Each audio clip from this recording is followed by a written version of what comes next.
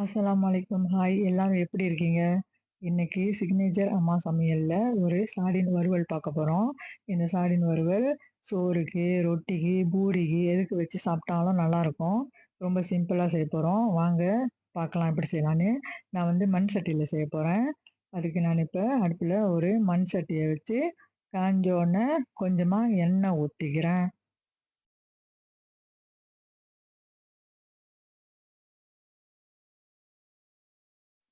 இப்ப எண்ணெய் காஞ்சதும் நானு உருளைக்கிழங்கு பொரிச்சு எடுத்துக்க போறேன். உருளைக்கிழங்கு பொரிச்சு எடுத்து தனியா வச்சிரலாம். உங்களுக்கு வேணும்னா உருளைக்கிழங்கு போட்டு செய்யுங்க. வேணாட்டி ஸ்கிப் பண்ணிருங்க. இது உருளைக்கிழங்கு வந்து பொரிஞ்சிருச்சு. பொரிஞ்சத எடுத்து நம்ம இப்ப தனியா வச்சிரலாம்.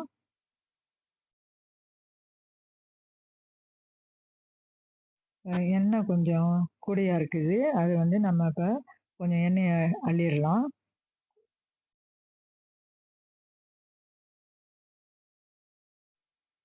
பாதி எண்ணெய் எடுத்துட்டேன். மீதியில வெங்காயம், பெரிய வெங்காயம், ஓலன் வெங்காயம், கருவேப்பில்ல, காஞ்ச மொளகா இதெல்லாம் போட்டு வதக்கிடலாம்.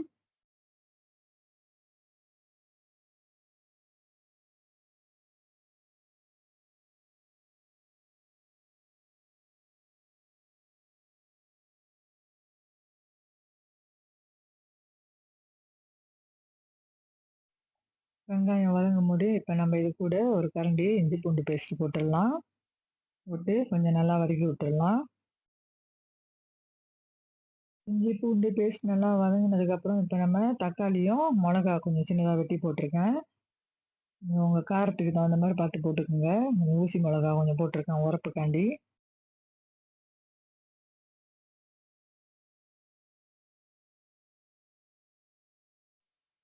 தக்காளி, வெங்காயம் எல்லாம் நல்லா வதங்கிருச்சு. இப்ப நம்ம அரைச்ச மொளகா போடுறோம். நான் 2 கரண்டி மொளகா அரைச்ச மொளகா போடுறேன்.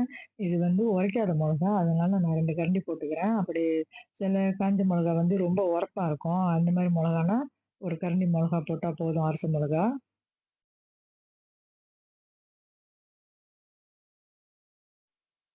இப்ப மொளகா சாந்துலாம் நல்லா கொதிச்சு எண்ணெய் பிரிஞ்சு வந்தோனே, இந்த ஸ்டேஜ்ல நம்ம பொரிச்சு வச்ச உருளைக்கிழங்கையும் சேர்த்து போட்டு, எல்லாம் நல்லா கிண்டி விட்டுறலாம்.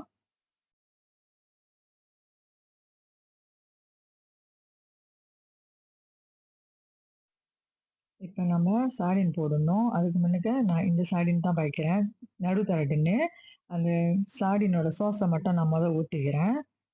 சாடின் சாஸ் ஊத்தி நல்லா இந்த மசாலா கூடயே சேர்த்து நல்லா கிண்டி வேக வச்சிரலாம் கொஞ்ச நேரம். இப்ப நம்ம இது கூட கொஞ்சமா புளி கரைச்சு வச்சிருக்கேன். அதையும் அதுல ஊத்திக்கலாம். கொஞ்சம் புளி தண்ணி ஊத்திக்கலாம்.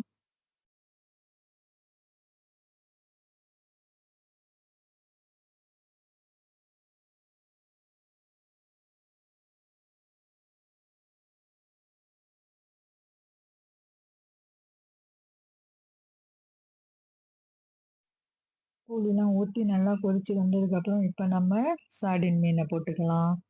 சாடின் மீனையும் போட்டு நல்லா கிண்டி விட்டுருங்க.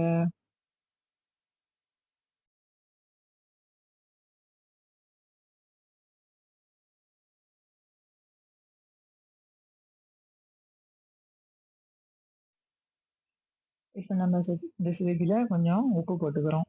தூள் உப்பு தான் நான் போடுறேன். ஏன்னா சாடின்லயும் உப்பு இருக்கும். அதனால வந்து கொஞ்சமா உப்பு போட்டுட்டு, அது கூட கொஞ்சம் மீன் கறி தூளு, ஒரு கரண்டி போல மீன் கறி தூளு கொஞ்சம் போட்டுக்கலாம். போட்டு நல்லா கிண்டி விட்டுருங்க.